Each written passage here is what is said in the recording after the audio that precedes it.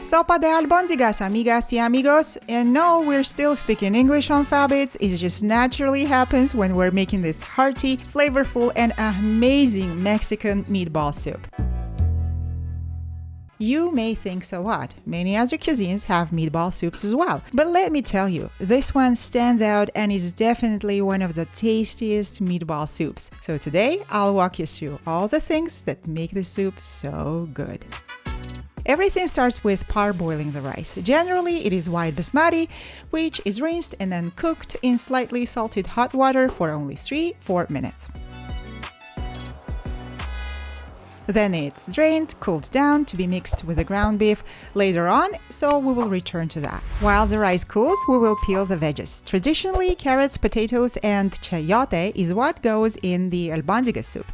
If you've never used chayote before, we'll talk about it in a moment, so stay tuned. For now, let's finely chop one medium-sized yellow onion, grate 2 cloves of garlic, keep them divided, and rinse the grater right away to save yourself from scrubbing the dried out garlic residue.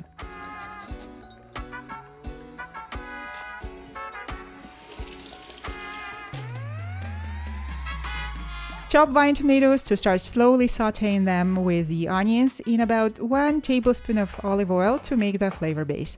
Sauteing will take quite a long time, so it's good to start it now while we prep everything else.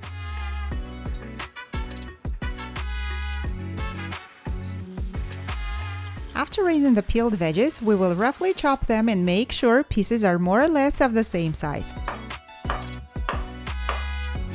I promised to introduce the chayote. Here we go. Technically, chayote is a fruit but is used as a vegetable. It has light green color, is quite firm, and slightly bigger than a pear. Chayote has a neutral flavor resembling cucumber but is not that watery. It is rich with fiber and low in calories, which makes it perfect to replace the starchy potatoes and make the dish much lighter both in taste and calories. And if you don't have access to chayote, don't worry, you can always replace it with zucchinis. Now, when the veggies are chopped, we will prep the meatballs. For that, we will add a small bunch each of fresh cilantro, fresh mint, and fresh parsley.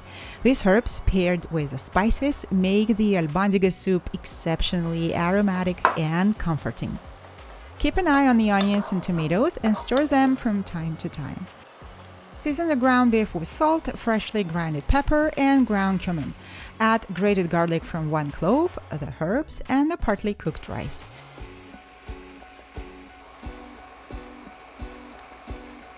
Check the flavor base again.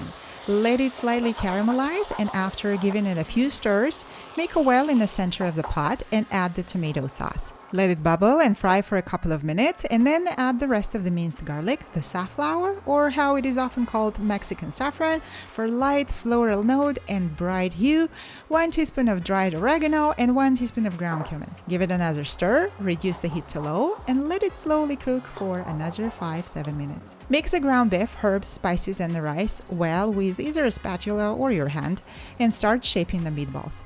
I like when meatballs are somewhat of a bite size, well, maybe a bit larger, and when forming them, I don't press the meatballs too much to leave airy pockets, which will make meatballs extra juicy.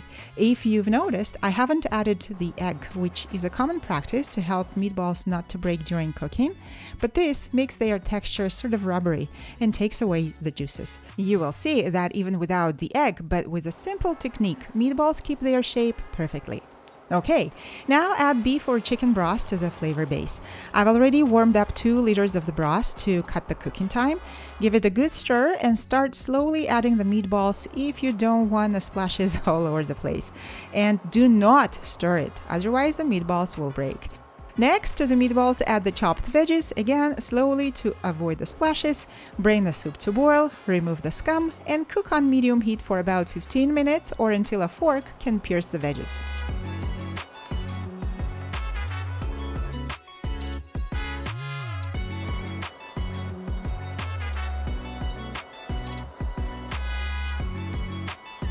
Meantime, prepare the toppings.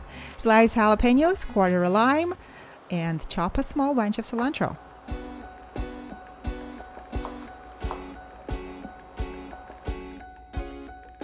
taste the seasonings and adjust to your liking if something is off.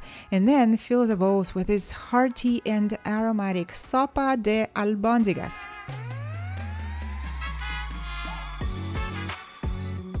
Top each bowl with a dollop of sour cream, a few jalapeno slices, fresh cilantro, and drizzle with lime juice.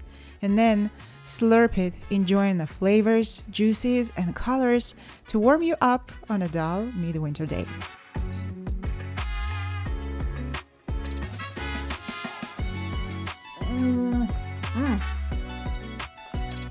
All ingredients and measurements are in description below. Please tell us in the comments if this video inspired you to cook this soup in the coming days. Also, like this video, subscribe to Fab Eats if not already, and I'll see you in the next one.